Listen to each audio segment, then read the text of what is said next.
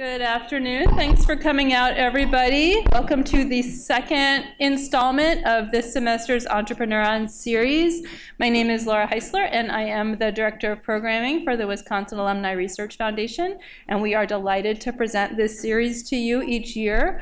The point of this series, of course, is to help encourage collaboration and dialogue around what it takes to get a startup going in the UW-Madison environment. And of course, we look to partnerships on campus and beyond, and that's of course the focus of today's talk. But I wanted to take just a moment to give you a sense of what we're trying to bring to you this semester. And so on October 3rd, many of you heard WARF's new Managing Director, Eric Iverson, talk about WARF's new focus, new strategic plan, and its emphasis on startups.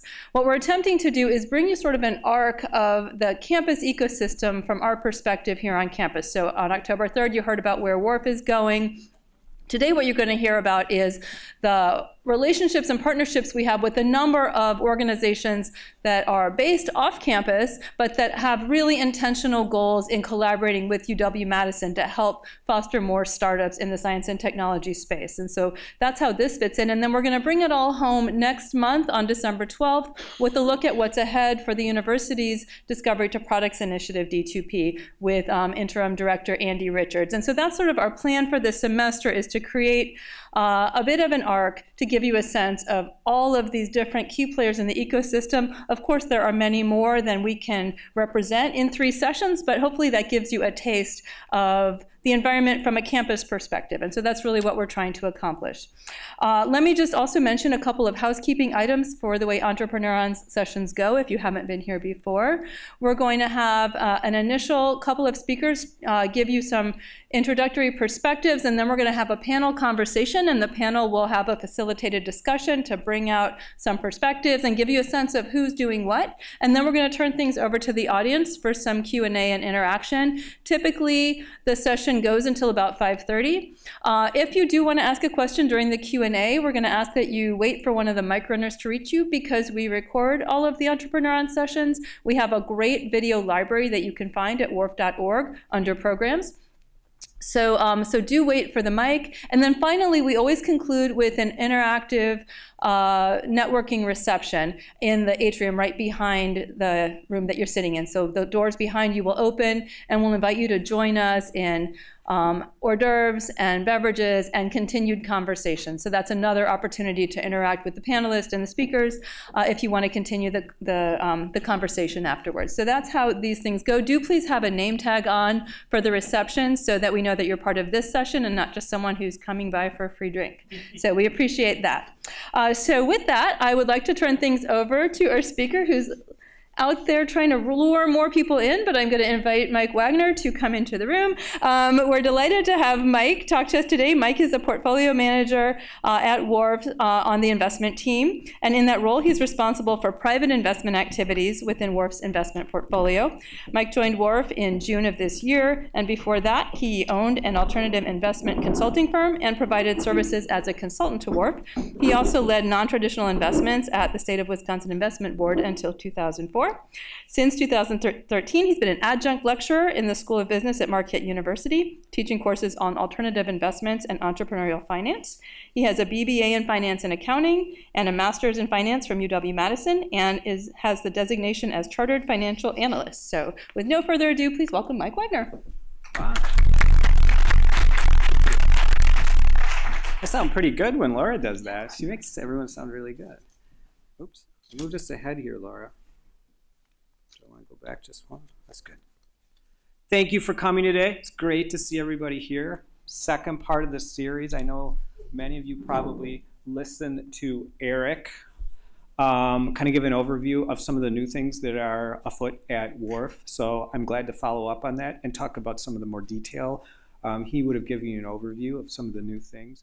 And we're going to talk about those initiatives and then how those initiatives connect to this larger sort of ecosystem around us.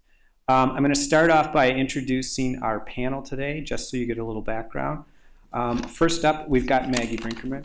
Maggie is a Badger, start off, which is always good and important.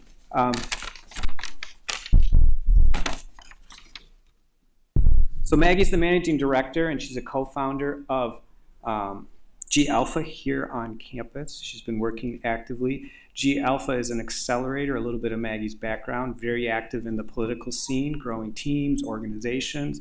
She's reharnessing all that energy to the business world. So we're pretty excited to see the things that are going to come there. The connection there, her parent company is called Generator. Generator is a nationally known accelerator. Lots of growth, lots of new initiatives. What Maggie is running is one of those, so she'll talk a little bit more about that. Next up, we have Scott Resnick next to Maggie there. Scott is the entrepreneur in residence at Startup here in Madison. Scott's background to be an entrepreneur in residence, it's good to be an entrepreneur, and he has been. He started his own company at a tender young age, is my understanding. COO there, still active today. Scott, talking to a number of other younger entrepreneurs in Madison, hey, wouldn't it be cool if there was one place that people could get together when you're starting a company and have all the resources you need to do that? That hatched the idea, was it back in 2012-ish? Hey, why don't we do that? StartingBlock was born, and he's going to talk to you a little bit about that in the ecosystem. And then to his left, we have Todd Sobotka. Todd's joining us all the way from Milwaukee over here. Yep, there's ecosystem that reaches all the way across the state, believe it or not. And part of this initiative is to make more people realize how much there is and how those pieces can connect and should connect over time and get people energized to do that. Todd is at a very unique organization. Todd's the managing director at BrightStar in Milwaukee, BrightStar Wisconsin Foundation. He'll talk about the uniqueness of that, but I want to put a little plug in for, he's got a lot of background, consulting, advising, members of management team, and he's harnessing that right now to run their investment portfolio at BrightStar. But what is BrightStar and why is it different and a clever idea? BrightStar was literally a thing that said people can give money into this local ecosystem that often takes time and energy to get money to the places you'd like it to go, and that would be startup companies. So what Todd's organization does is acts as a donor organization to take those funds and invest them in early stage businesses, a place that's desperately needed in Wisconsin to kickstart job growth and economic development just generally throughout the state. So I want to have Todd give a little background on the uniqueness of that organization, how it works, and why it's been as successful as it's been. Today we're going to start out with my portion of the presentation. I'll talk a little bit about what I do and how that connects in. So for those of you who are here or saw it online, Eric Iverson would have talked about WARF, tech transfer. What do we do? How do we get things from campus to the real world? That's our charge. Take those sort of proceeds, whether they're licensing or investment proceeds, recycle it all back and do it again. He has, in a way, the analogy I like to use is he's a little bit like the Pope. For peace on earth, let's all get along. That all sounds great. Who's going to do that? I'm currently the guy who has to do that. So I'm going to talk a little bit about what that job is and why it is the job it is. Because we're all behind the idea of let's take those ahas in the lab and let's move them to the real world. This is important stuff. This is often life's work. Let's match that up with people in the business world who can harness that work and put it to good use. So I'm going to start you on the far left here in these little circles that we kind of drew to give you some geography on the ecosystem. If you think about WARF and maybe that part as the start, it is not the center of the ecosystem, but I'm using it here just to show you how WARF thinks of connecting to the rest of the world. I sit over here in this little area called startup investments. We've been doing startup investments since the 1990s. We have a number of them that have gone full circle. It was quite a process to get that started. WARF has been innovative in a lot of ways, and that was it. In the startup space back in the 90s, trying to keep a company here. Is Carl in the audience? I thought I saw Carl. Hello, Carl. Carl tells me the story years ago, a small company in formation called Tomotherapy. Carl, this is super important, they tell Carl. Carl hears this all the time because isn't everything super important on campus? Carl says, yes, tell me the story. If we had $1 million, Carl, from someone, we would found this company here. We would grow this company here, and it's going to do great things, great for Madison, great for campus, great for Wisconsin. Carl says, yeah, super important, tell me more. Long story short, the first $1 million comes from WARF. Carl says, I'll take a chance on this idea. Let's do a startup company. Carl puts the money in, and it becomes the tomotherapy story we all know today. When you think about tomotherapy and what it did for medicine and the people that impacted, pretty awesome story. Was it as easy as it sounds when I say it? No, this is the embellished version because we know the result. Many of these companies go through a really tough path, but there's an example of what one investment in one technology can do. We have lots of those technologies on campus. Are they raw? Very raw.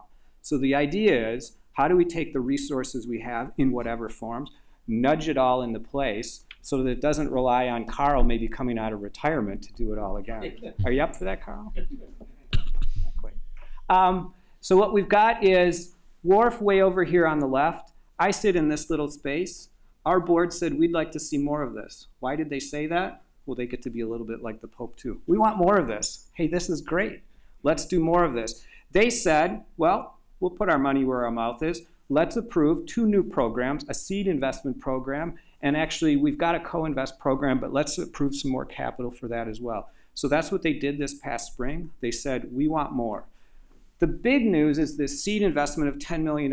Why is that new? That's the hardest capital to find.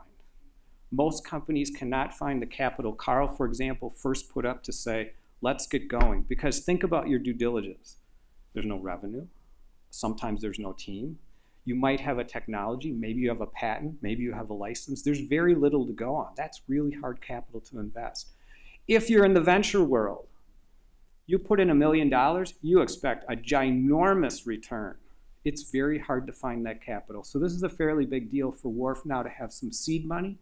And the other reason it's a big deal is we have, moving on to the next piece, one of these pieces here called the Accelerator Program. What that gets you is inside of WARF some capital to get these ideas incubating. What would happen though in the past is the idea would incubate and everyone would say, what do we do next? Well, that program's done. Let's just wait and see.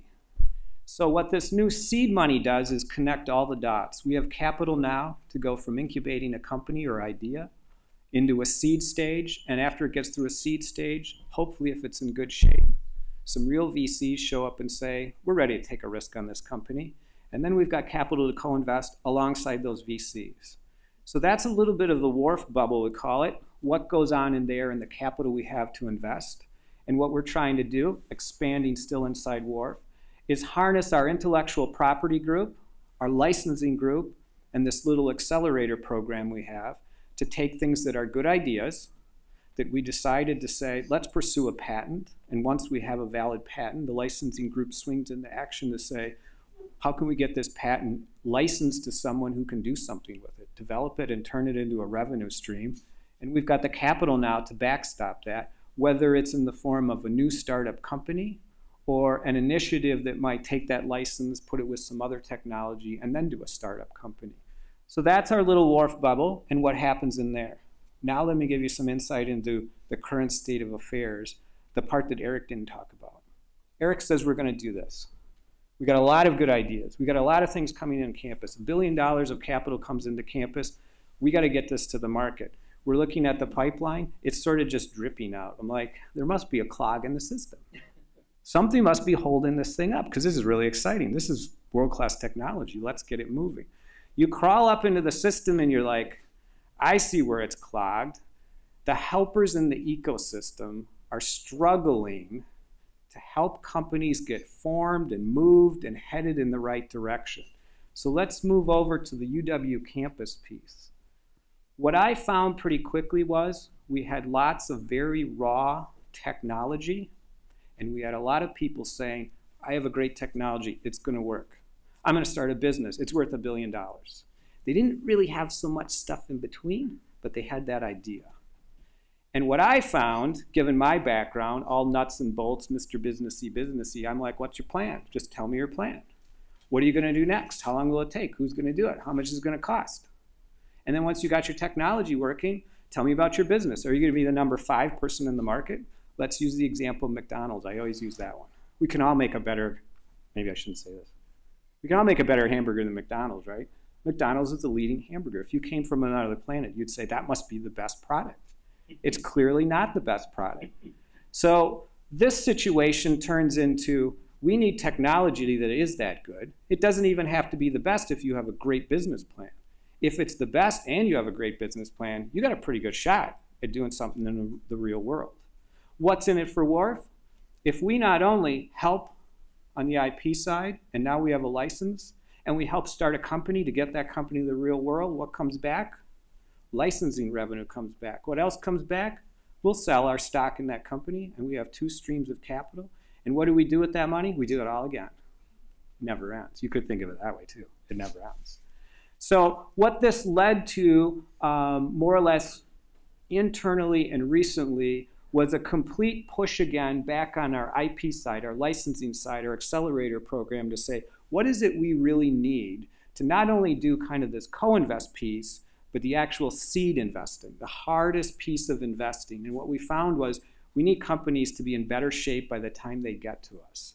We need them to think about their team. We need to think about their plan, their technology plan, their business plan, what their product is. Does anybody care about their product and their idea? And what we found was there are lots of resources around to do that. Could people easily find those resources? Not always. And when they did, sometimes they started slightly in the wrong place. Some of them would start with venture capitalists. Well, that was too far ahead, and the VCs would send them backwards. So partly what I'm telling you is this is a little bit selfish. I'm saying, boy, WARF can't possibly, even with its resource base, which is substantial, do all the things that need to happen to make these companies move all the way from the lab to the market and do it in a time frame that we'd all really say is appropriate for these businesses. So in reaching back into the system, we're saying, who are the helpers? And those helpers need to help us form these ideas up into little companies at the appropriate stage with appropriate timing. So if we move back into the UW campus resources, we're now slightly outside of the WARF bubble. We're reaching out to campus. We're saying campus has some resources. I'm going to point out, Andy Richards is here today. Wave your hand, Andy. Andy is now in charge of discovery to product called D2P on campus. What is discovery to product? Some time back, Chancellor had a great idea. Chancellor says we need a home for everything to start. If there was one place on campus we could send everything, maybe it doesn't do everything, but that's a starting place. D2P was it. Excellent idea, excellent timing, and it's being resourced to take anything that you have that is related to campus and what we're talking about, lab to market, let's go to D2P. Let's get started there. What will they do there? People who come to me and say, I have an idea and it's going to work. D2P will say, tell me more about that idea. Tell me, because we know, WARF says this. WARF says, tell me how long it's going to take. Tell me who's going to do what. How much will it cost? They're going to do the same things we would do if we were at D2P. See how the system starts to come together like a plan. D2P, Law and Entrepreneurship Clinic. We've got another fine entity on campus. What does that entity do? Anybody who starts a company is going to need to figure out their legal structure, especially if they have IP. They're going to need to understand how that IP works, the licensing of that IP, whether they're going to develop their IP further and license it to someone else or keep it themselves and move it on. Complicated stuff, Law and Entrepreneurship Clinic, first place you can go to say, how do we get going on that? How should we think about that? What other resources can we bring to bear? Next up, UW-Madison Business School. No matter how many people I put on this graph, somebody will get left off, so I apologize in advance for that. There are tons of people, and what we're trying to do, like a jigsaw puzzle, is start with where we are and add pieces to our puzzle. So on here, next, business school. We're currently working with a group out of the Nicholas Center in the business school to help us do a number of the things that would go into the technology plan and the business plan. What do they have to offer? They have a bunch of bright young students who know something about putting business plans together, and they're willing to have some real-world experience while they're in school. Super thing to harness. Generator, Maggie's program. G Beta is on here, a little bit lower under Generator. Her parent company, between the two of them, nationally known accelerator, growing quickly, started in Madison, Wisconsin, moving outwards in the Midwest and beyond, up in Minneapolis, working on something in Green Bay. There's a lot going on there. What do they offer? Essentially boot camp. Start here, We'll tell you the things that you need to do. By the time that kicks in, they start to answer many of the questions I need. A little bit below it there, StartingBlock. Back to what I said about Scott. Scott and friends, civic leaders, some corporate leaders said, that's a cool idea. We should have a place that people can go. What's the nuance here? If you're on campus, we have a little bit of a protected system. We can really help you. You should start at D2P. We can do a lot for you.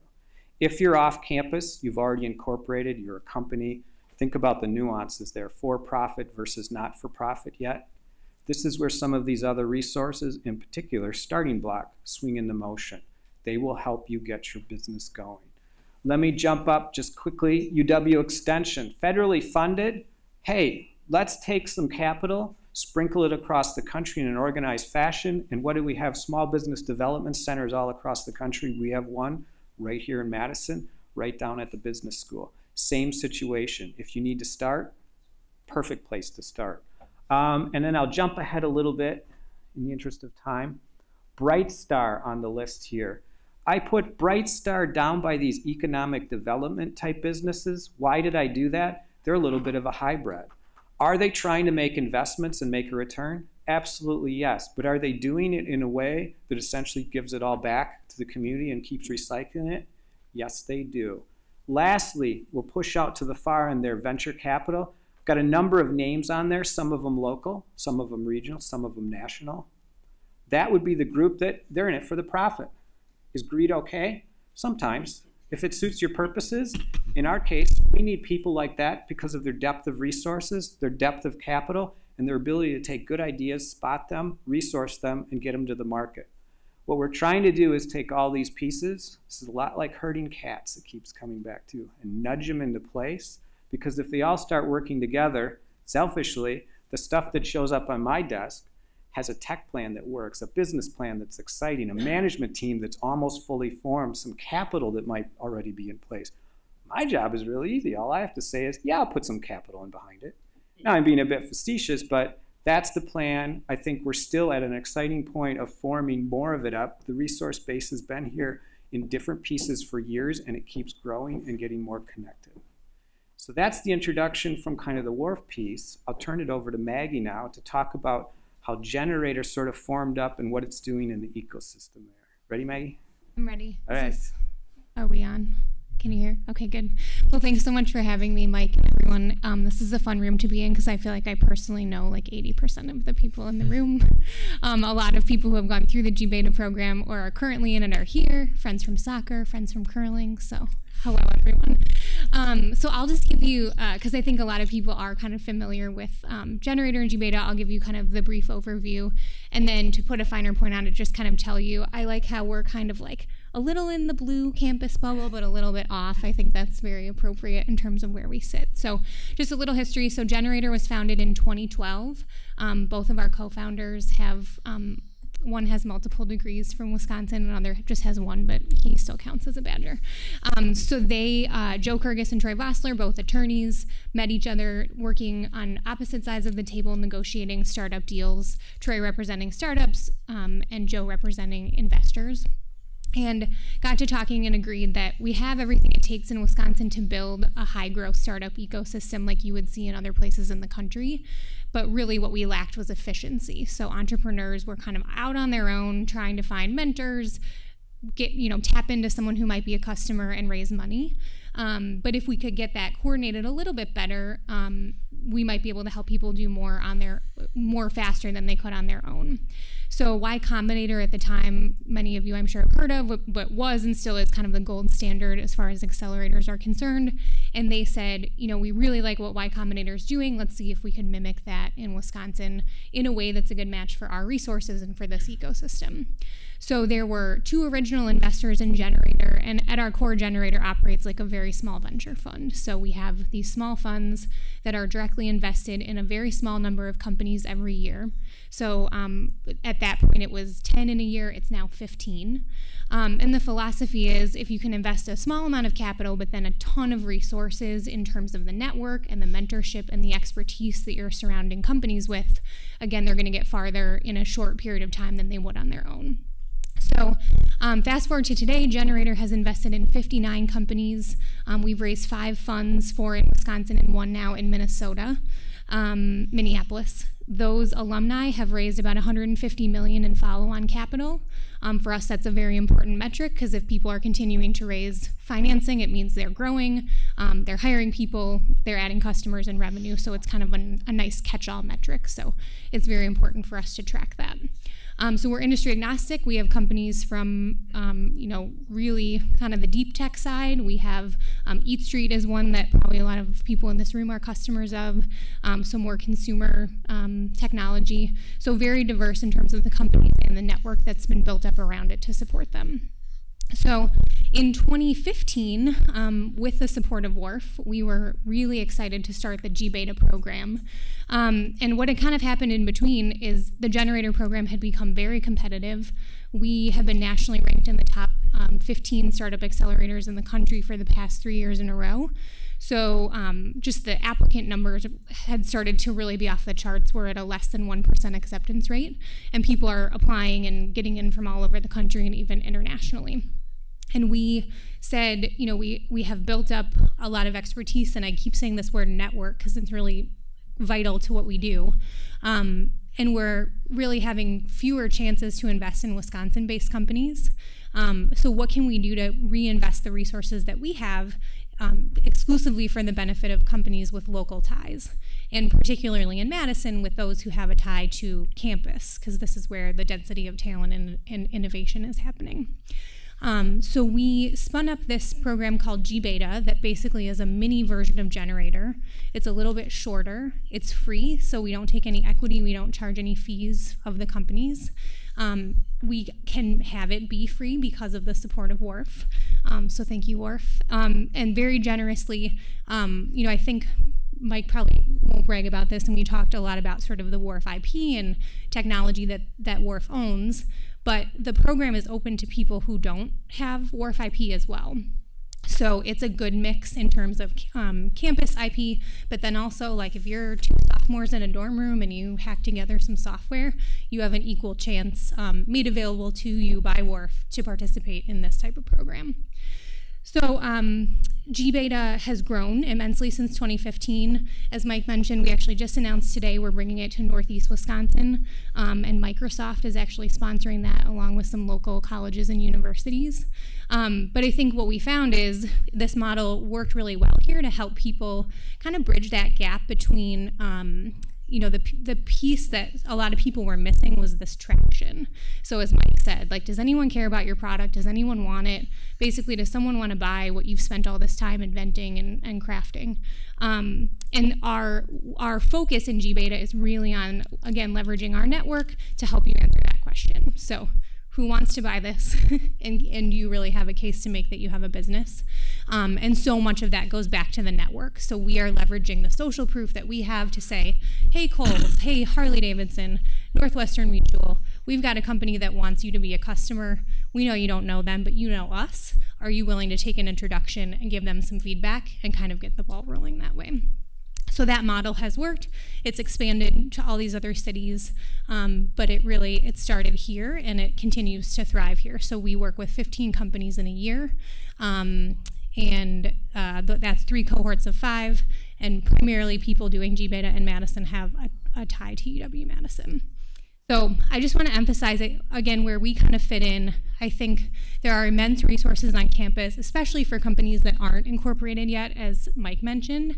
I think are a really nice fit when you've kind of exhausted those resources and you're ready to take that first step off campus. In a lot of ways, you can view us as a bridge to, especially on the capital side, a bridge between those 2 ecosystems. So when you're ready to go out and start connecting with investors and really, exploring what that looks like, we can be a nice kind of line for you to those types of individuals. So the presentation sort of focuses on kind of how the pieces fit together. But one of the things I want to leave you with as well today is there are a lot of cheerleaders for starting companies. Starting companies is a great idea. It's an exciting idea. It's a fun idea. It's what we're really trying to do, is get things to market. What we want to encourage people to do, though, is start a company in the right way with the right resources. I use some of these analogies again and again when I talk to people. We get a company that comes in, they're ready to form themselves. The analogy I would use is it's a 40-day hike across the desert. They've done it 3 times before. They have plenty of food and water. They're telling us what they're going to do, and we think, sounds like a pretty good plan. The next company comes in. Well, they've never done the hike before. They don't think they really need water. They'll be okay, and they're going to make it.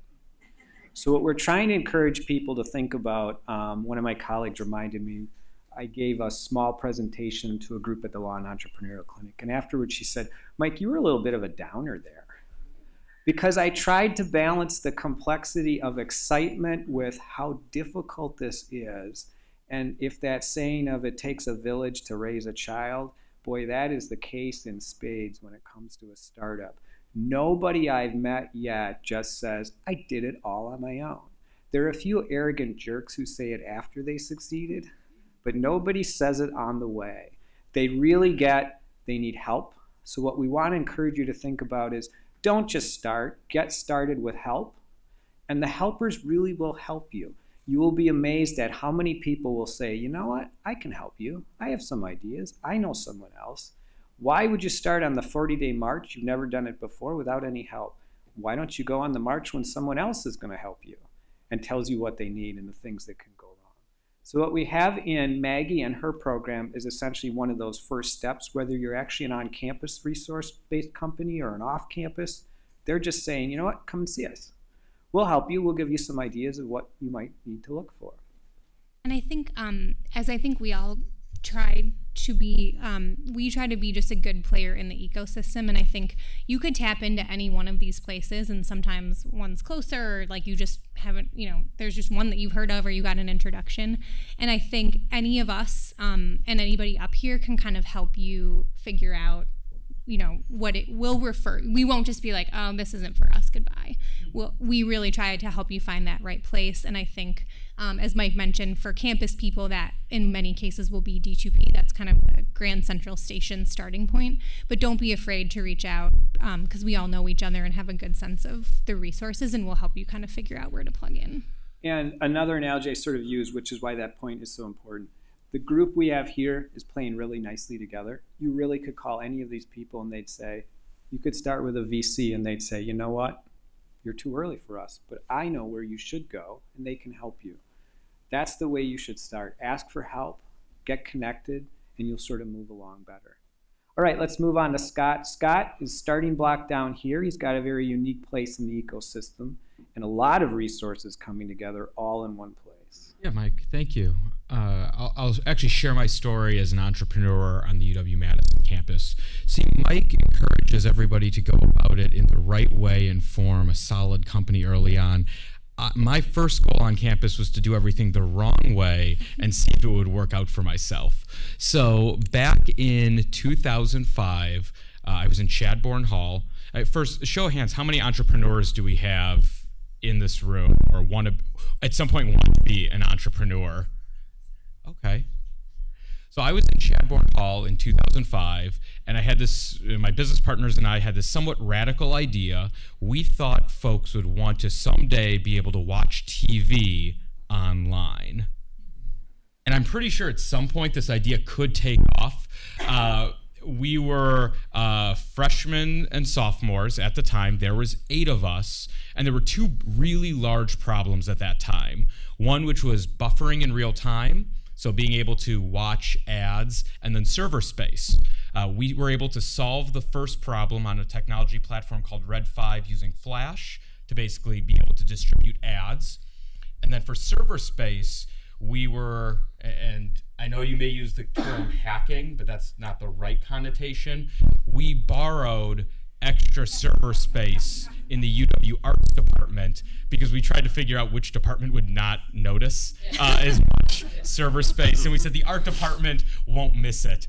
And Scott, has the statute of limitations run out before you continue? My statutes of limitations have run out. I will say previous chancellors have now used that as like a success story, but the reality is if we were caught at that time, we absolutely would have been, and we would have faced some serious penalties. We were really close. We thought we were really close to getting content from NBC at the time, which was NNBC, their network distributor. So 30 Rock and Scrubs would have been like our shows, which at some point those shows will be so far in the past, UW students won't remember them, and that will be a really sad moment in my life. But those shows would have been on our platform. Eventually, NBC went silent. And about 3 months later made this announcement that they were partnering with Viacom to create this new company called Hulu. I still think Hulu's going to work out. They have like Emmys now. So unfortunately, InZoom did not work out. We made about $50 over 9 months, split 8 ways. So it wasn't necessarily the financial success that we were hoping for. But the second company that we came up with, which is the current company I'm still the chief operating officer of, which is Hardin Design and Development, did take off and had success. And one of the things that we found in the ecosystem is it truly does take a village. Right around, this would have been about 7 years ago, the city of Madison as a whole inside the technology space raised about $12.5 million in the VC arena, which now today is $167 million in tech financing last year. I don't know if we'll surpass that number, but it was a record high to that point. So we are seeing this ecosystem grow. Part of that group, though, really all graduating at the same time, and myself, Forrest Woolworth of Capital Entrepreneurs and PurBlue, Chris Meyer of Sector 67, there were several others saying, what are the networks that we can create to create a collective body so if you have a problem, you don't know where you're going to go next, who are the lawyers that you want to be able to use in the ecosystem? What accountants understand what it means to work with startup companies? Who are the venture capitalists who will give you a fair deal? And who are some of those venture capitalists that you may want to watch out for? We created a group called Capital Entrepreneurs. And I'll tell you the truth, Capital Entrepreneurs started out as a drinking group. Once a month, we would get together at Brokaw. We would let a service provider in town not pitch us, but pay for our drinks, and we would meet and create a self-peer group to say, how can we get entrepreneurship to work in Madison? How do we get it to work in Wisconsin? And if you don't think ingenuity is alive on campus, think again. Look at that. We are the story of everything you probably shouldn't do, but still come out ahead. But it's really been trying to figure out a way, how do we pay it forward so someone doesn't make the same mistake we made? So as the ecosystem has grown, these same groups have been responsible for things like the Forward Technology Conference, which started out as a one-day conference 5-6 years ago, now has up to 18 days worth of events in the startup space. And really what our next big project has been, which is StartingBlock. So if we click the first slide. Or not. So what StartingBlock Madison is a 50,000 square foot tech space that essentially anyone can go if they're looking to grow an idea. This will have the components of what we feel both spaces for early stage companies, so you're just simply looking for a single desk, up to right around 5,000 square feet of office space at affordable terms for the startup company. We'll have resources in this space. So Generator will be moving in their headquarters. The Doyen Group will be, which focuses on female and women entrepreneurs, including their fund, they'll be moving in. Bunker Labs, which focuses on veteran entrepreneurship, will have a location inside. We'll have a center of excellence focused on VR and virtual reality, as well as several funds, all located under one roof. Our goal was to say, how do we create a beacon of entrepreneurship here in the Midwest, and that became StartingBlock. So this building right now is under construction. We will have our last concrete pour here in November. The space itself will be open this summer, and essentially with a with taking our first tenants here in May. So we've already brought on some of our, as we've expanded our staff. So Lucas is in the audience somewhere right over there. So Lucas is heading an initiative focused entirely on talent. So if you are a startup company, how do you hire your first employee? What do those legal documents look like? Where do you find your talent? How does equity work with an early stage employee? These are all pieces that when we were starting our startup companies, honestly, we were just guessing about. And in fact, there is a proper way to do some of this. It's not just look it up online, which, by the way, not always the greatest source of information. There are certainly fake news out there inside the startup world as well, how you should handle employee agreements, as we learned the hard way. So trying to find these resources and putting them all under one roof. When we're looking at the ecosystem itself, there are a number of different organizations. And as you can see, there's almost a decentralization of many of these organizations, whether it is accelerators, whether it's mentorship, whether it's community or education resources. Madison is an area that is now becoming more and more enriched with various community resources. And in so many ways, they interact together. One of the benefits of it being so decentralized is there are different components of each program that might be right for you that another center or one group might not be. So what it takes is a decent amount of exploration. We're looking to piece together how a campus leader may go through, or hey, I have an idea, what is next? So we have resources like the UW Law and Entrepreneurship Clinic that can help you with those early incorporation paperwork. D2P that can point you in the right direction, while you're on campus. Office space, which may be at the research part with MadWorks or Mad Co-working, or at a place like StartingBlock.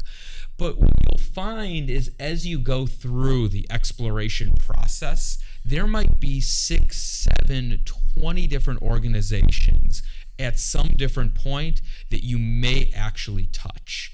The reality is entrepreneurship isn't easy. It's often very messy. You usually are bouncing around not only to organizations inside our own ecosystem, but once you start having success, it may be nationally. And it's not uncommon that as a company expands, they may have not only participation in something like G early on, but a Y Combinator or Techstars at a later stage accelerator. There may be different types of financing at different types of stages, whether it's an early stage, mid stage, or late stage company, and then the various resources that are required. So even when you are, the same problems that you're trying to solve, on day one may change by year one, may change by year 3, and certainly would change by year 5 if you're able to make it that far. So understanding the ecosystem becomes important, and trying to figure out how do you avoid making the same mistake that someone else made. And that's how I view this ecosystem. One of the lucky parts in Madison, I just came back from the West Coast, where it is much more cutthroat. In the Madison ecosystem, you see a fair amount of cooperation and communication between these organizations. We hope StartingBlock will be a convener of many of these functions and one central hub to grow an idea out of. So the one thing I would say is if you are interested, we put out an event list every 2 weeks that basically includes every single tech event or every single entrepreneurship event that we can find. This is everything from how to raise venture financing, very often promoted by Generator, to the Upstart program, down to different meetup groups focused in different areas of technology, whether that be AI, blockchain, big data. So I always encourage folks to do is get involved with the ecosystem. It doesn't always matter which program you start with, but just starting to engage with the community, and you start to pick up a more enriched view to try to find your pathway and your journey through this entrepreneurial process. Excellent. I'll add a slight perspective. We'll go back here a slide. You'll get the sense from looking at the slide I put up, the slide Scott put up. Wow, there's a lot going on here. There's a lot of people involved. This is pretty complicated. Why is it so complicated? Could we harness all this stuff and make it easier and better? That's our thinking. That's what we're trying to do. I'll give you a counterpoint. We've had some sort of facetious almost discussion about, someone once said not too long ago, you know, it's interesting that this is really hard. Maybe that's what it needs to be. The thought was, if you can navigate this network to start a company like Scott did and succeed, you clearly have the skills to succeed. So my argument would be, maybe we shouldn't organize this. Maybe we'd just be coddling everyone if we said, go to these people, they'll tell you what to do, they'll give you all the resources, this will be easy and fun. Now, that seems silly, I know, but it is an interesting perspective to say, the people who made it through this gauntlet, they're entrepreneurs. They're entrepreneurs because they could make it through the gauntlet. So we've got two groups right here whose part and parcel sort of services are saying, let's make life easier for you. I'm convinced that even if they make life easier for you, and I'm seeing a few entrepreneurs in the crowd, it'll still be plenty hard. There'll still be plenty for you to do. So I'm not worried about coddling too much. I think we'll get this connected, and there's two to start us. We'll now move on to Todd and BrightStar, and the reason I put him at the end of the table is there's a little bit of a system here. Todd is one of those, a little bit like my position. The companies make it to Todd when they're looking for capital. They already exist. They have a plan. They have some things happening. Hopefully they've met people along the way that have teed them up so that Todd can look at it. So let's have Todd tell a little story behind BrightStar and then what he does there. Thank you, Mike. Thank you all for attending tonight. Now, I don't have a fun, exciting, legal, illegal, borderline story. My good friend to my right here in starting things out. So I will start with this. I was at the Guns N' Roses concert in Milwaukee last night. And I'm telling you that for two reasons. One, if we get to Q&A, please speak up because I'm still ringing a little bit. And two, if I bust out straight out of nowhere into a rendition of Don't Cry, I do think I'm 25% controlled by my inner middle schooler still. So I apologize. And with that said, BrightStar Wisconsin. BrightStar is, obviously, it should be my opinion, but I think one of the coolest, most unique and dynamic initiatives our state has had in some time. It is very different. It is a 501c3 charitable organization that acts like an angel or an early stage venture capital fund. The genesis of this goes back 5 years with a number of angels in the Milwaukee area, but it's expanded. You know, the founders were predominantly Milwaukee-Madison. They said, you know, son of a gun, we're sick of seeing these surveys that we rank 45th, 46th, 47th, 48th, 49th, 50th. I, for one, don't put much stake in that. We can always do better, but let's assume that those are true. What the heck is going on? And the more they thought about it, they basically said, geez, we have the ideas. It's our belief we have the ideas. Our R&D expenditure is through the roof compared to other states. Our patent filings, what is being generated by our campuses, all of those we rank extremely high. We have a very educated workforce. We have a very loyal workforce. We have good people here. We have the idea.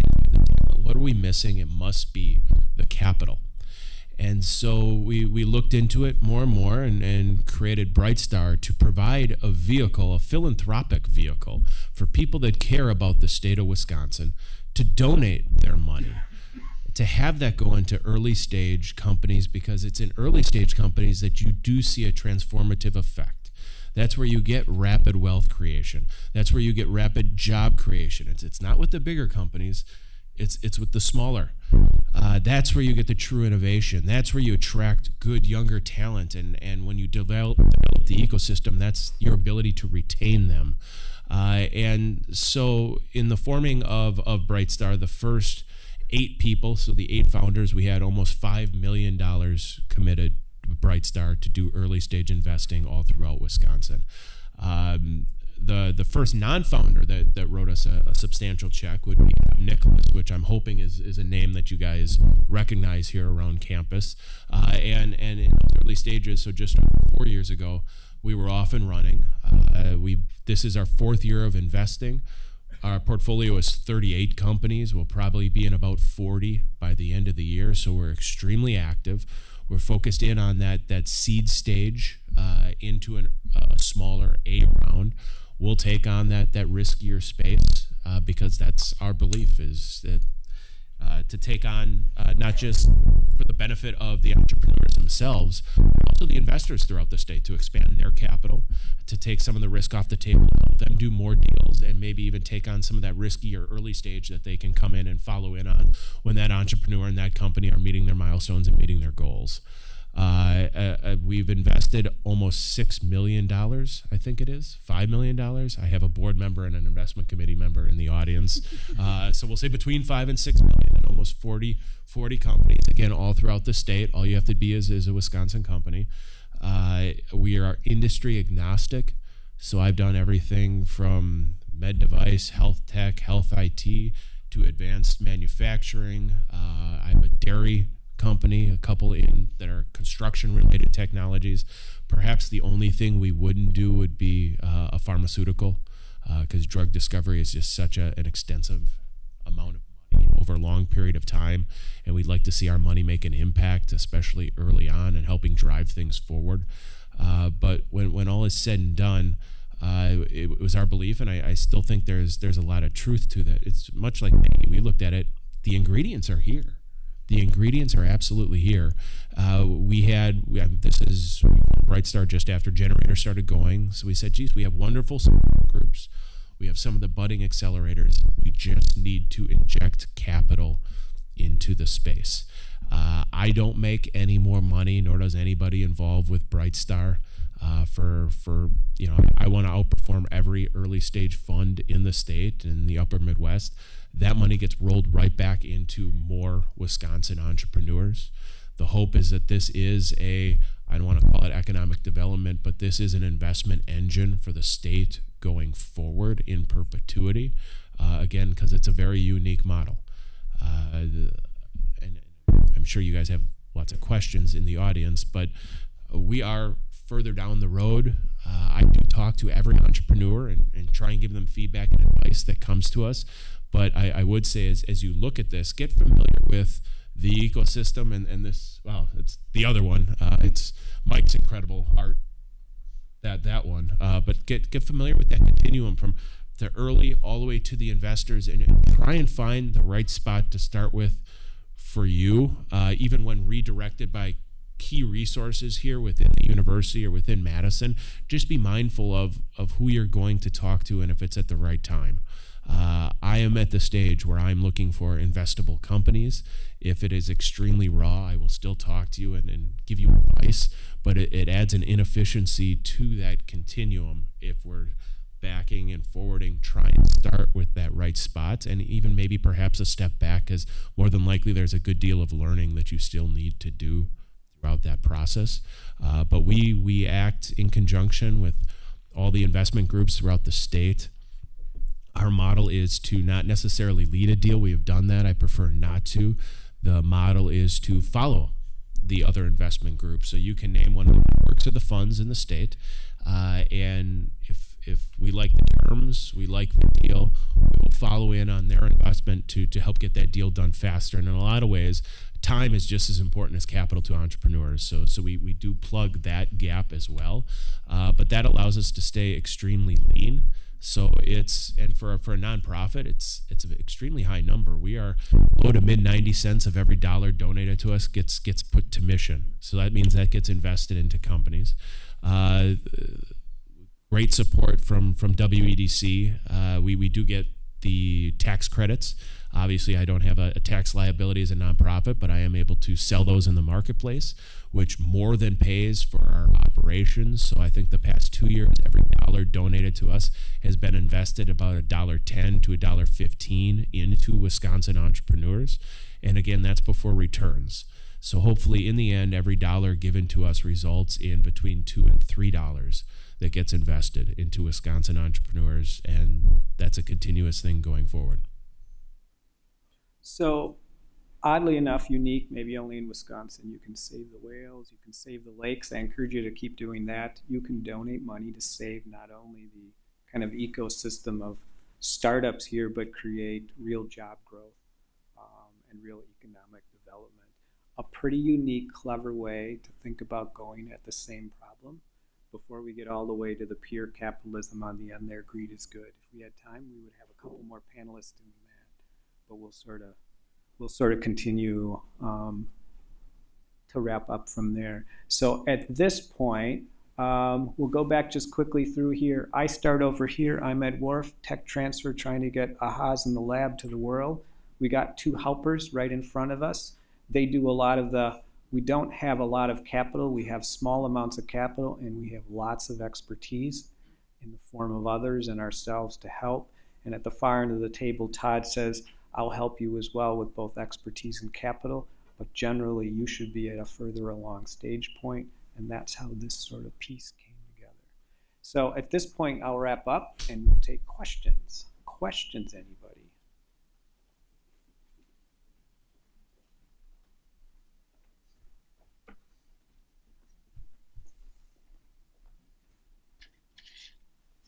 My question is for Todd. Do you loan the money, or is it more like a grant to the companies?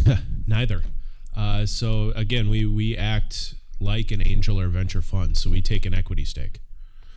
So we invest it right along with the other investors, and it's in that return that we're allowed to, or the hope is that we evergreen, that this is a multiplier effect. So it's we again, to the entrepreneur, we look no different, except we are, and which sometimes actually it's like dealing with any other angel. I'd like to think sometimes I'm a little nicer because we do have the nonprofit twist. I am going to try and help every single person that registers, but in the end, it's still about that return and getting the deal done. We do have, or I when I'm evaluating a deal, I do have the handcuff. It does have to meet my job creation standards for the state. The vast majority do. But every once in a while, there's a good opportunity where you say, hey, the return is probably there, but it's just not a job creator, and we won't partake in that investment. Can I just add something? I'm cognizant that we might be using a lot of jargon that people may or may not be familiar with. So just in case, so to just make sure everyone's on the same page, so an angel investor would be someone with basically private wealth where they're investing their own money either independently or as part of a group. And then a venture capitalist that's kind of further down this list here. And there are a number of very active angel groups in Wisconsin that you can find like through the Tech Council website. And then on the VC side, most of those entities are raising money from either private individuals with wealth or retirement funds, basically other pools of capital, and then they're investing that. But basically everything we're talking about on here would be people giving you cash in exchange for an ownership stake in the company, and then expecting to make a return later when your company is sold, or in the rare case that it would go public. So that's just kind of the model, just to make sure. And there are tons of resources, CTC, for example, if you want to pursue SBIR, that would be more grant funding that wouldn't take an equity stake. There's a lot of options in that realm as well. Let me piggyback on that, thank you for pointing that out. We make these assumptions because we're living in the bubble. Just to further define, when we're talking about angel investment, you have individual angels that will act on their own. It might be a wealthy individual. As Maggie pointed out, there's also angel networks, and that's a grouping of individuals that come together that maybe share some expense in some due diligence, but in the end, they still make the individual decision themselves as part of that network. It might be 18 different people, and I might choose, as they pass the hat, to not put any money in, and the person next to me might decide to invest on that opportunity. If they get enough interest, then the group will put in some effort. And then the third group is a fund, whether it's an angel fund or a venture fund, and that's where there's a management team for that fund that raise money, and they're the ones actually making the decision. So just in a lot of ways, like if you invested in a mutual fund, you as a wealthier individual had committed money to that fund, and it's being managed for you. That group is making the investment decisions for you. And sometimes it's just important to know that, to know who you're dealing with, if, you know, when you get to this side of the continuum, how you pitch, and maybe even the process and the length of time. Mm-hmm. The group you see here, though, generally equity is what they'd be interested in, but don't worry, there's something for everyone. Up here on the board, Madison Development Corp. If we talk about Madison Development Corp, I see Lori. Lori runs Madison Development Corp. 49 investments, I think, over the years, multi-millions of dollars. If you would like a loan, that's the place to go as part of our early stage, seed capital, growth stage. There's debt capital available as well. And Lori's nicer than me. She's much nicer than you, Todd. Yes. Hi guys, really enjoyed the presentation.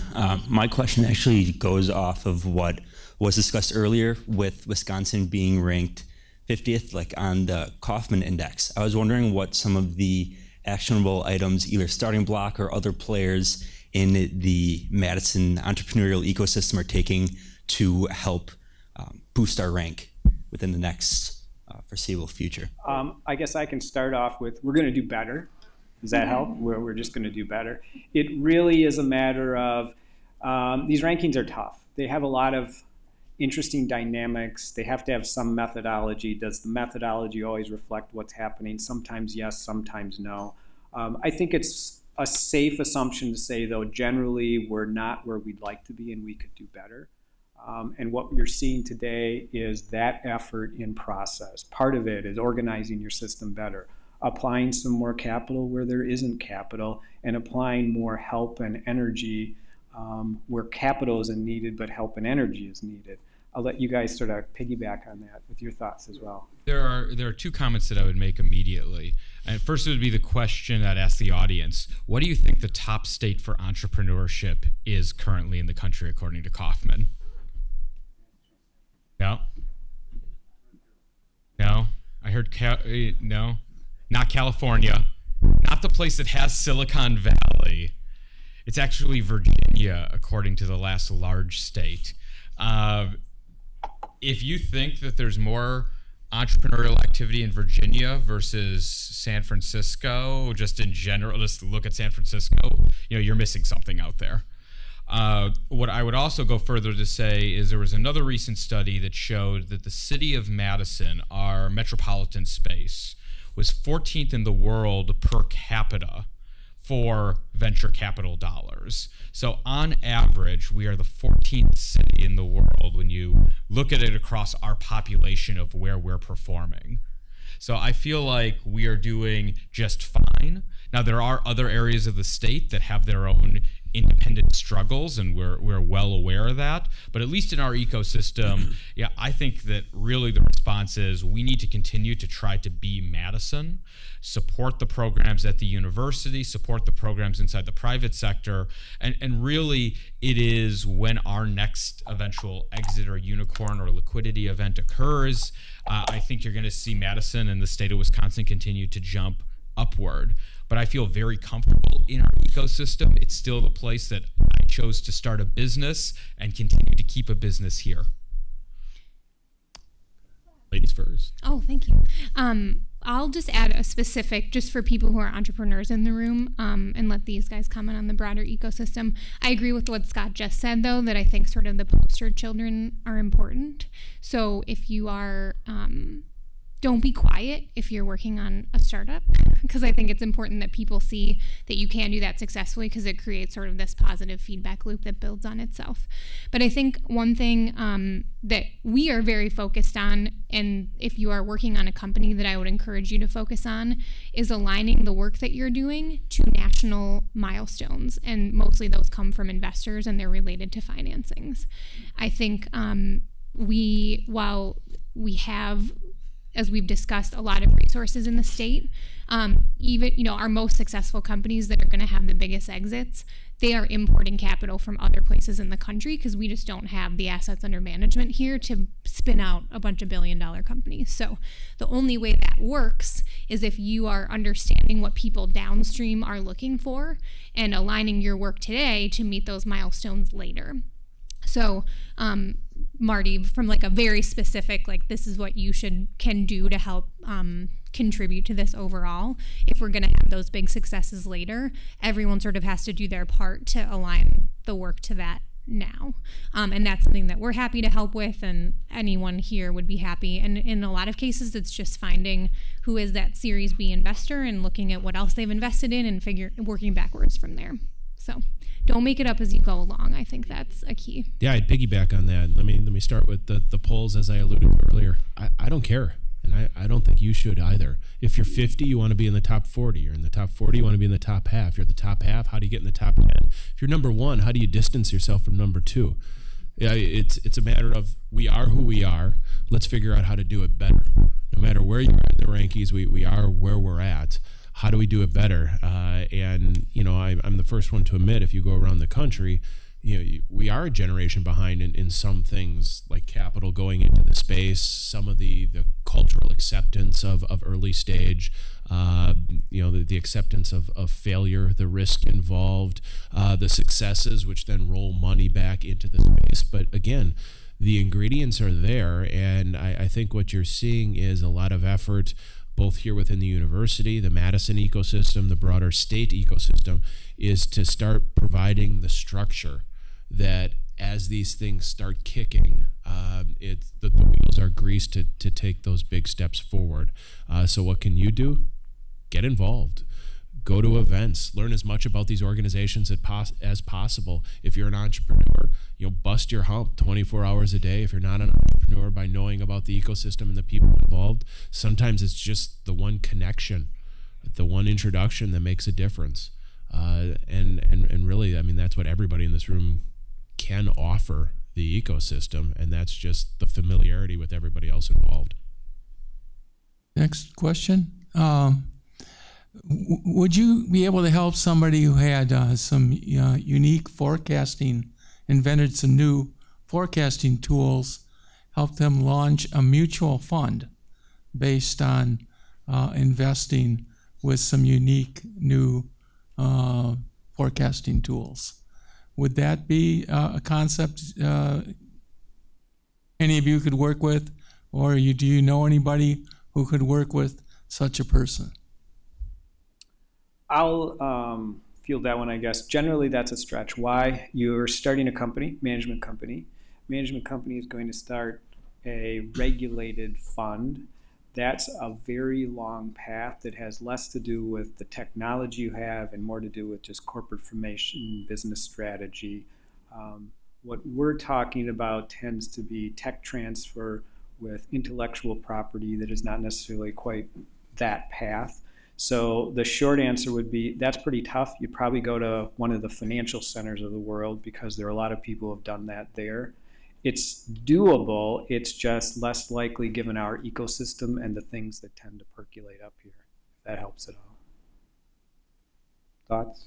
I mean, I'd say I think most angel investors and into venture, they don't normally, there is the rare exception, but they don't normally look at professional service firms as something that they would invest in, and that you might be leveraging or doing something unique with an algorithm or something that's unique to you that will give you an advantage as a professional service company, but it has the sound of that. So that's probably not something we'd take a look at. We'd be more interested in a technology that would be developed that can advance the space that all mutual fund groups would want to purchase and utilize and scale, globally, if it was that good of a technology. Yeah, first of all, just to follow up to what Scott said, actually, I'm not all that surprised that that Virginia ranks so highly, especially Northern Virginia around Washington. They almost call that a second Virginia. The reason for that is because of the multiplicity of small companies that have government contractors, And if you're lucky enough that you have a security clearance and have passed a polygraph test, you can virtually write your own ticket if you were to want to begin or launch a startup corporation. This is my question. I noticed you had listed WEDEC up there. I'm wondering, is that a viable means for financing for a startup company, unless you're a friend of Scotty's? Always good to have you, Mike. Do you want to take that, Todd? In terms of resources? Yeah, I think AC has been absolutely fantastic in their support of the ecosystem.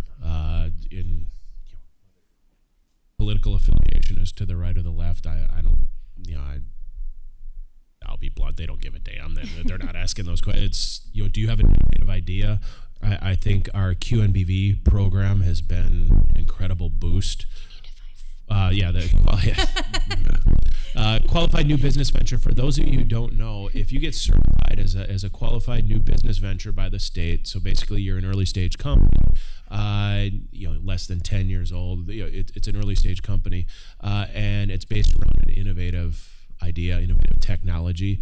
You would get the availability of QMBB tax credits, which is 25%. So that means investors that invest in your business, let's say someone invests $200,000, they would get tax credits worth $50,000 to entice them to make the investment into early stage companies and to mitigate the risk of taking that on. That has been I think a huge boon for early stage. Beyond that, they do have a variety of programs for early stage companies that have shown revenue that are a little farther along, very competitive lending where you can get $250,000, $500,000, or $750,000 depending on your stage, and they're doing it. And let's be fair, early stage companies aren't usually bankable. Banks aren't going to lend them money or give them lines of credit, and in those situations, the state has stepped up to make that. And again, I think it's a mix. And Aaron can come up and kick me in my shins if I say anything incorrectly, but I think that goes through a normal underwriting like a bank would. So they're looking at some fundamentals, but it's also based off of really the same thing as the QMBV tax credits. There has to be an early stage innovation there as well to fit into the program. I mean, those are the two I deal with the most. Am I missing anything? Oh. Yeah.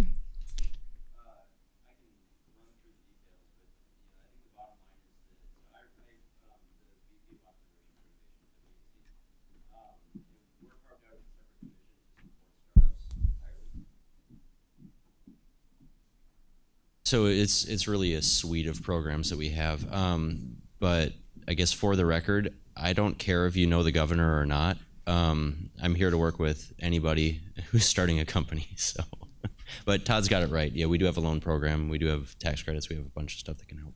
One other thing I'll chime in on, WDC also supports a lot of accelerator programs around the state. Like Doyen, for example, MadWorks in Madison, a bunch in the Fox Valley. So it's for really, really early stage folks, even beyond making capital accessible, as we've kind of emphasized, there's a lot more than just the money that people need. And a lot of that is made possible through their support. So since I have the mic, I'm going to ask a question. Todd, can you talk a little bit for this audience, particularly with the academic perspective, just give a little color on what you want to see before somebody approaches you in terms of looking at investment? That's fair. We could almost backtrack going through. So, again, when I say I'm looking at something that's investable, tech-based,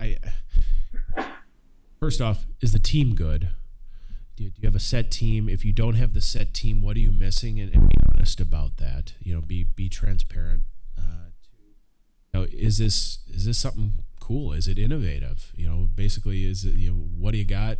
Why is it cool? Why should I care? What's the true value proposition? Is that value proposition one where it's a need versus a nice to have? Is it a really, really dynamic thing? 3, is the market big enough? So you can have the great team, the great product, but if there's no market, it's not worth the risk. And then really that last one you get into really what is that model to make it successful?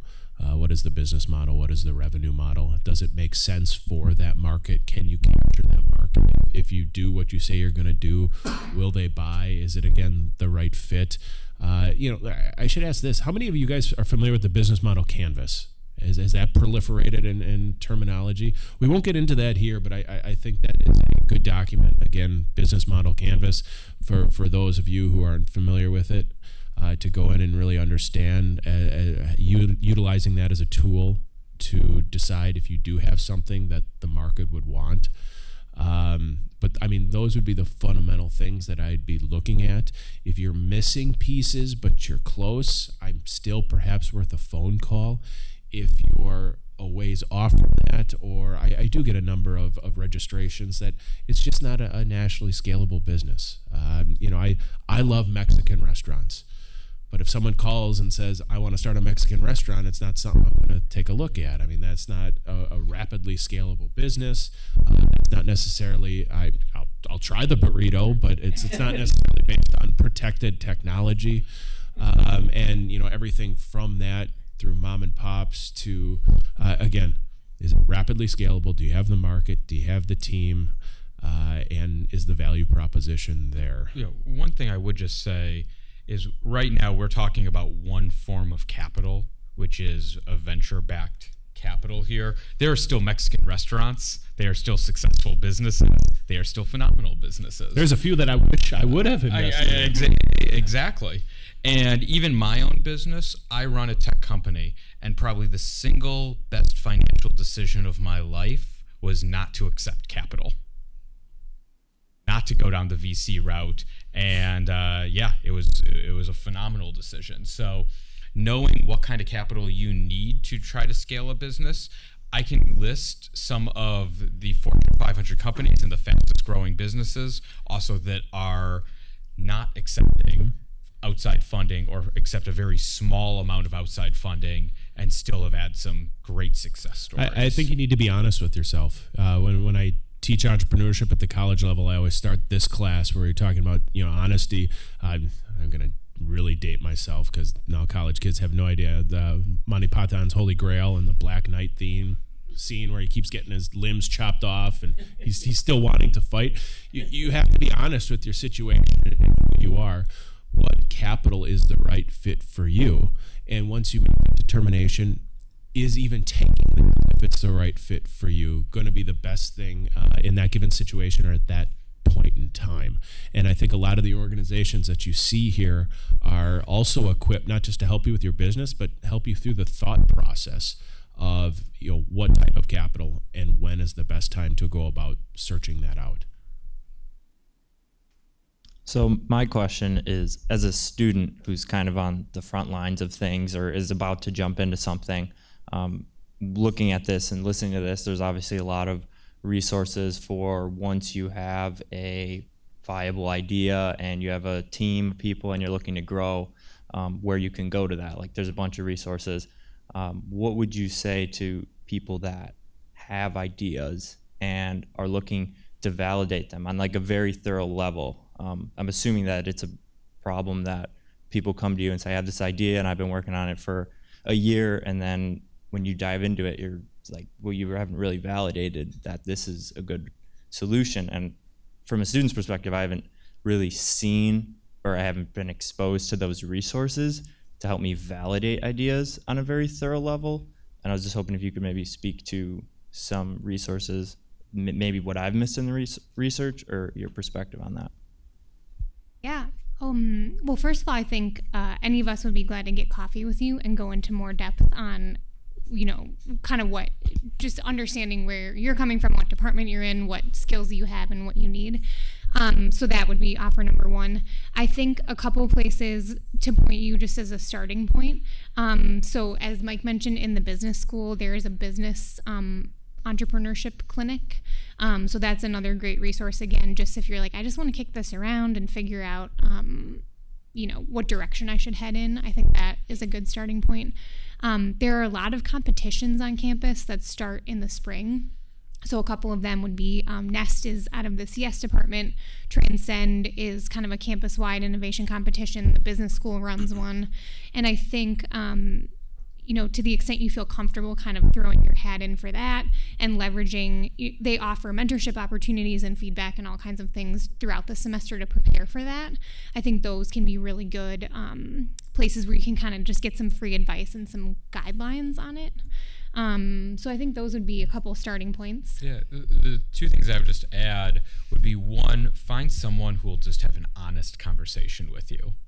And so often, as folks are trying to give you folks giving entrepreneurial advice, they'll either be overly optimistic or overly pessimistic about your idea and concept versus holistically trying to figure out what's best for you. So trying to find that person who's honest, and also understand that it sometimes takes several different iterations, and some of the best ideas have been rejected multiple times. I was just able to hear Jeff Bezos speak about the company he was creating in 1994, which was an online book company, and was listing over the VCs who decided to pass, or all the folks in his life who said, this is a horrible business plan that will never work out, and now there's Amazon.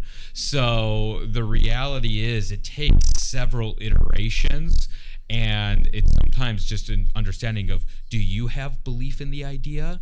And who are those players who you can surround yourself, who can help you take you to that next level with that idea?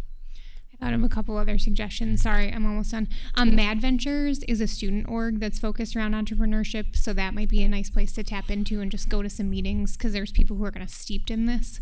And then depending on where you are in school and credits and whatever, there are some good courses that are in the business school, but the entrepreneurship courses are open to people from any major. So taking a look at what's in the catalog for next semester, again, might just provide some structure. And there are a lot of people who I think take those classes with ideas, but also many who are just interested, and that might be a good place to find teammates as well.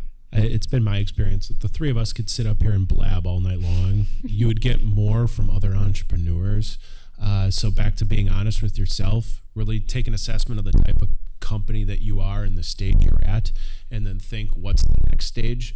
Where are those companies right now? Are they in G-Beta? Then you better be going to G-Beta events and talking to those entrepreneurs and say, hey, who are you talking to 6, 9, 12 months ago? That's who you want to chat with. Those groups that have shown that success through that next stage, who are they talking to? Where were they getting their support? Why did they go there? And if the validation is broader, like industry validation based off of a technology or product, are you a student? Play the student card. I can't play the student card anymore. I'm this old guy who goes to Guns N' Roses concerts on a random Tuesday night. Play the you'd be shocked. Upper Midwest is nice. You could get the CEO of one of our largest companies here in the state that will meet you up for coffee if you can figure out how to get a hold of them. Just say, look, I'm a student. I'm doing this. It's in your industry. Can I just ask you some questions? You'd be shocked that you get 15, 30 minutes of their time. And if you do that, be very clear and very concise about what you want and what you're asking, because you don't want to ramble and go over. But I mean, I would look at those two things, other entrepreneurs and play the student card, and you'll get some extra. Subject line, help a badger, ? And then ask, can I get your feedback? I think that's like the most powerful question. Yes. I must agree with Todd. Having a student ID has a lot of benefits, and I'm glad I went back and got one. I want to address something Scott said when talking about the ecosystem for entrepreneurship, and you so quickly went from Madison to Wisconsin, and yet Wisconsin is so distinctly different, with suppressing what the university can teach regarding training its doctors, suppressing research in stem cells. Even today, there's a vote at WEDC to make the state the poster child for corporate welfare. I'm wondering if instead of doing that in a secret agreement with you ready to get out and talk in the light of day about what you're doing, what if we'd voted to give each of you $1 billion for your enterprises instead of giving it to Foxconn?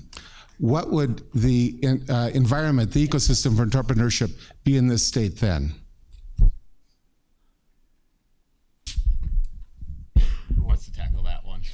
address you directly.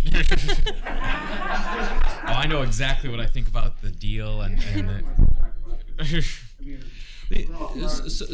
so what I will say is you do need to peel back what components of a financial deal, because you look at any kind of financial deal and what is in front of the state right now. Yes, I agree the transparency, and there are a number of components just from a political philosophy, but understanding that there are other jobs in the state that we do need to focus on just beyond how do you create high-tech growth companies. I do think that there are things that the state is doing and laws that are being passed that do go against entrepreneurship, do go against free market spirit, and do go against how a startup may be able to compete or disrupt an existing industry that puts Wisconsin behind. But I am cognitive that we do need jobs in the state that everyone can thrive upon, and not all of those are going to be high-tech jobs. It is more difficult at times to recruit those kind of employees. I may have gone down a very different track, but that's right now I'm hanging out as the entrepreneur in residence at StartingBlock and not necessarily the governor of the state. I don't think it's one or the other. The state should be supporting all job creation, big and small. I don't, frankly, again, my opinion, the deal's going to get done. Let's all be excited about it because it's going to get done. It's going to bring thousands of jobs. It's going to bring a next generation of technology. It's going to bring a ton of suppliers. It's probably going to double or triple that job base. Let's figure out how to take advantage of it. It's back to the ranking. It is what it is. Whatever your feelings are on it, let's rock and roll. Let's make it Wisconsin. Let's take advantage of it. That can spur an entire ecosystem on how to build. And I know they've been asking around already, Foxconn. Hey, how do we get creatives? How do we get techs involved in building up really the software, the app space based off of our hardware platform? And they're literally trying to, and they have people in place already trying to build that ecosystem. It benefits them, but it also benefits the broader community in southeastern Wisconsin and throughout the state. Yeah, and just to echo, I would say, so Generator hosts really a national conference series that's designed to match corporations and startups in a particular industry vertical. And we hosted one around advanced manufacturing in September in Milwaukee, and Foxconn participated in that. So I would just echo what Todd said in terms of viewing it as an opportunity, as you said, on the education side, on the sort of cluster side for the entrepreneurs in the room, figuring out what is complementary and compatible, but then just also knowing, as you've said, that I think there's been a lot demonstrated from them already of interest in being involved in sort of these seed stage ecosystem for, again, as you said, it benefits them, but it benefits the state as well. I also wouldn't mind a few extra $1 million. Yeah, I'll take $1 billion. Yeah, going into the VC ecosystem. I wouldn't turn that away either. So we're going to need to wrap up. I'll give you sort of a little commentary on my part. I mean, what you see in front of you is a panel of doers. There's a tendency to always look for the magic bullet. What new $1 billion business can we bring here? How can we solve this problem, create jobs? But I'll remind you, Wisconsin really is a company that grows from small businesses. These people are doing that. They're going to keep doing it. This group of people is doing that. There's no little arrow on the side here that says, there's an old saying, how do you become wealthy? Get up early, work hard, inherit $1 billion. There's no arrow that says $400 billion companies come into this equation. What we're saying is this works, it is working, it's getting better, it's productive. Small business has always been created in this state and has always grown, and it always will. So as long as we keep doing this, the Foxconns are wonderful. As a matter of fact, I think more of those will show up if we're doing this, but these are doers, they're doing it, so I encourage you to stay after, talk to some more, and become doers yourself. Thank you, everybody. I appreciate you showing up this afternoon.